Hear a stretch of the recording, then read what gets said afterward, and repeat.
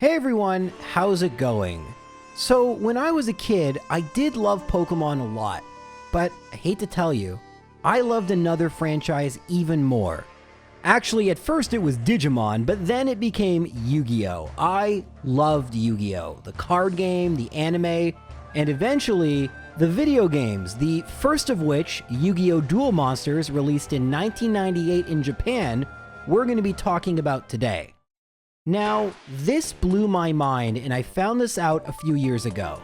But this video game, is the origin for the current Yu-Gi-Oh! Trading card game.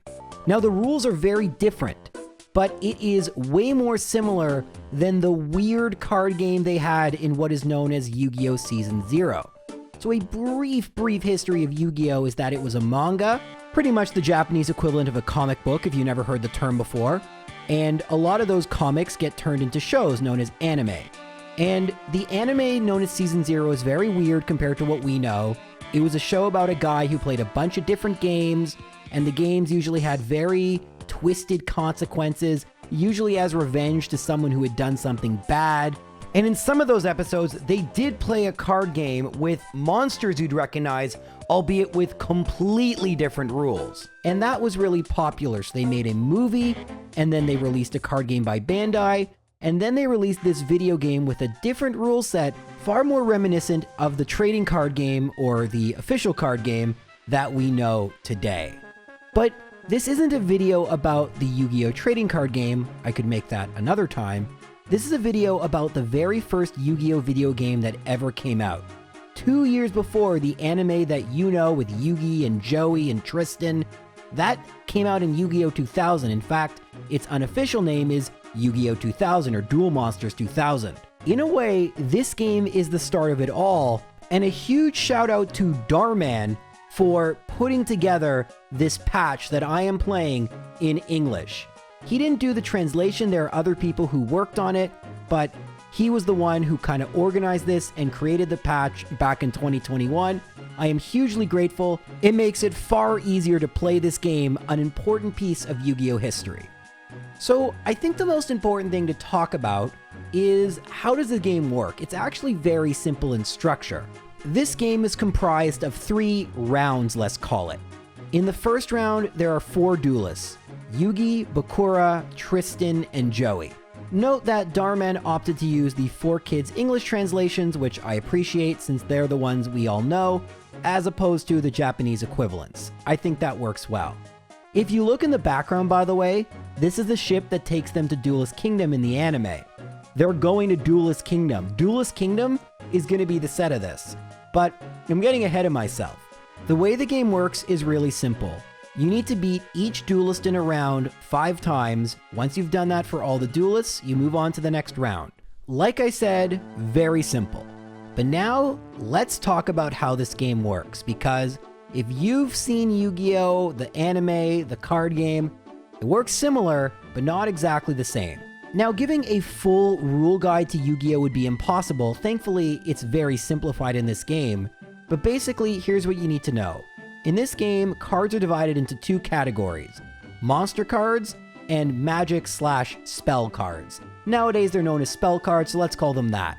Each turn, you're allowed to play 1 card from your hand, either a monster card or a spell card.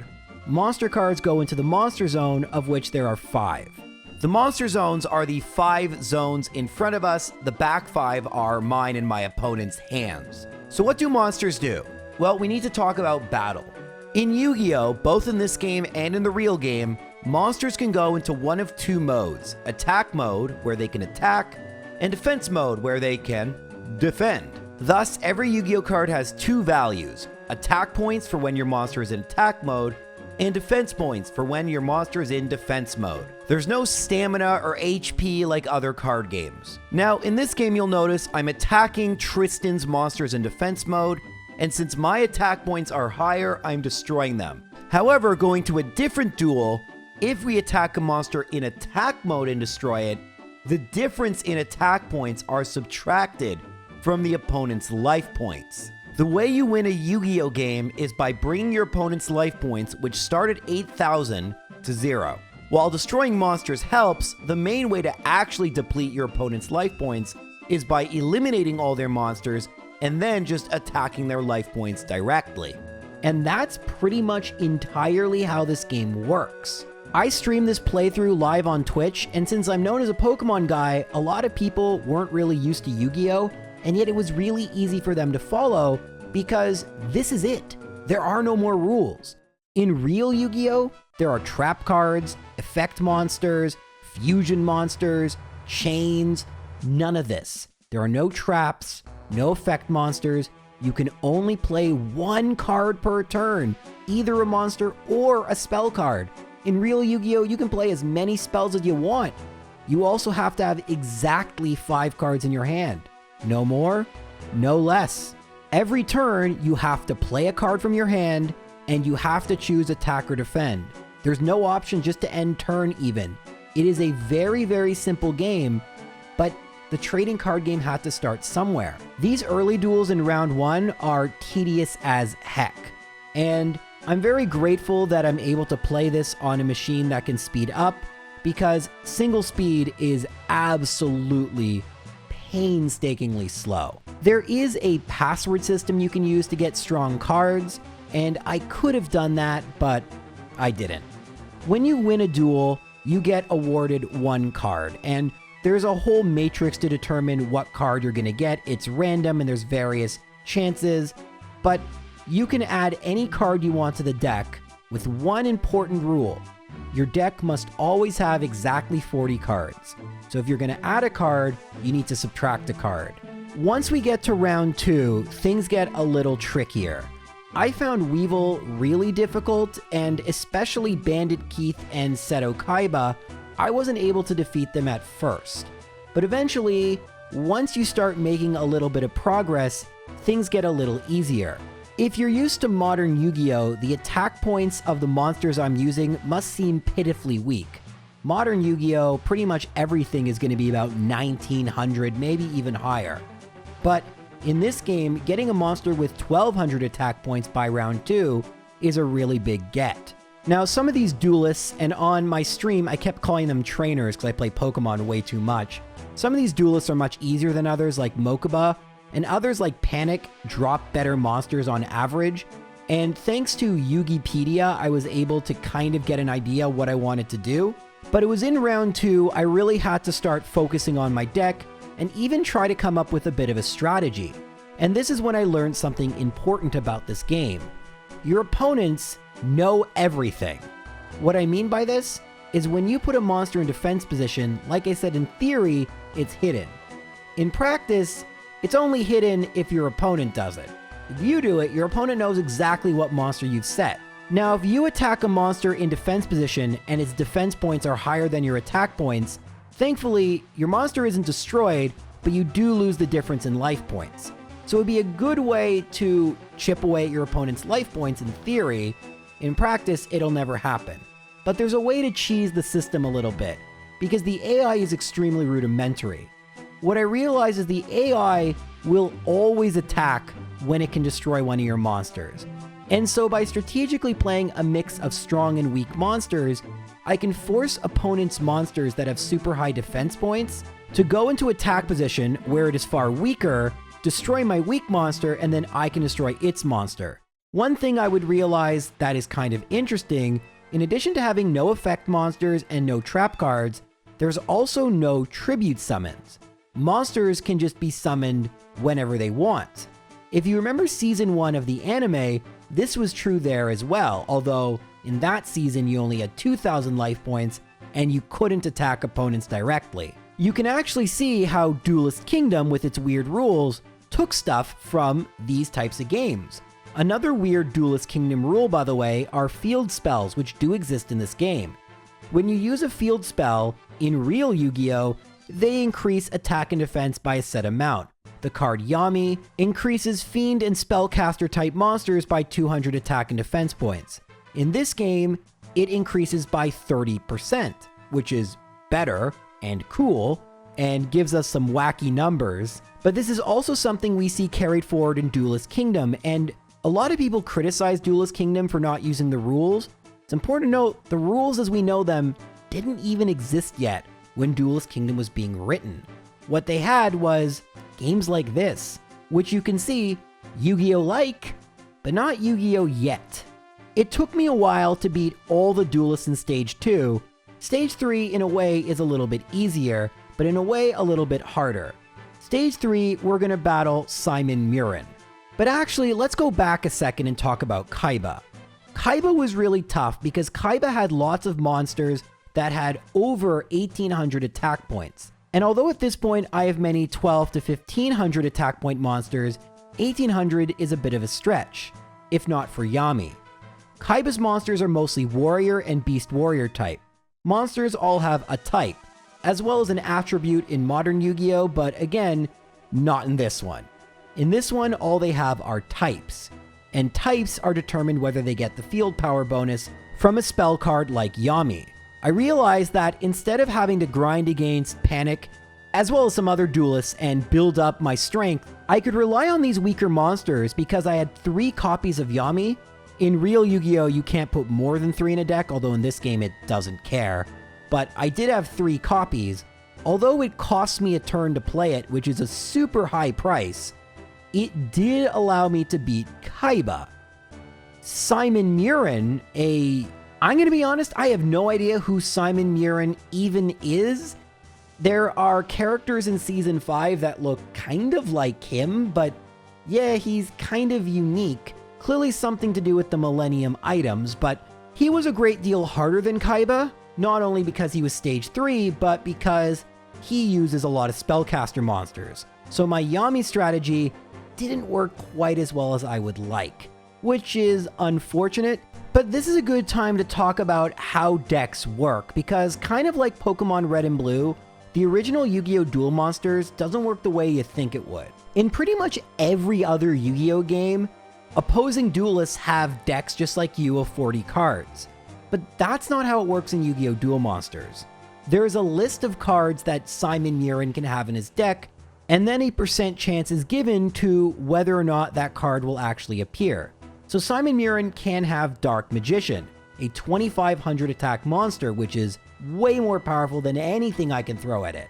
But it's not very likely to be in the deck. Each card only has a 0.1% chance to be Dark Magician, so by doing some probability math, I can tell you that there's around just under a 4% chance that Simon Murin has at least one Dark Magician in his deck.